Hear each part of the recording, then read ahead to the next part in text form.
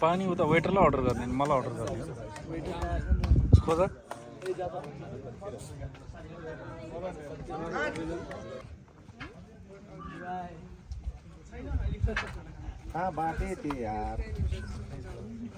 सक्दै कस्तो लागिरहेछ आज 14 किलोमिटरको हाइकिङ 14 किलोमिटर हिँडेर आउनुभएको छ एक्लै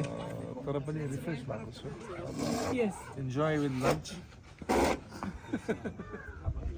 र तपाईको आजको दिन कस्तो गइरहेछ आज हाम्रो मर्निङ एकदम राम्रो तरिकाले सुरुवात भयो हामी बाँकी छ तपाईको ड्युटी एकदम ब्युटिफुल सोच्यो भन्दा इमेजिन फेरि तपाईकोमा फर्केर आउँदैछ अनि हामी आज 8 बजे प्रस्थान भयो हात्तीवनतिर हात्तीवनमा आएपछि हामी चम्पादेवी हाइकिङ गयौँ निकै नै रमणीय वातावरणमा हामी हाइकिङ गऱ्यौँ आज उकालो ओह्रालो तनाव हाँसो गेमको जित हो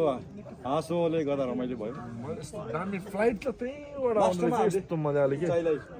म लगभग 1 घन्टा त त्यही फ्लाइट हेरेर बसेँ र अन्तिमजीको अन्तिममा केही भनाइ शक्ति दाइ हुनुहुन्छ भने हरेक चिज पोसिबल छ हाम्रो टिममा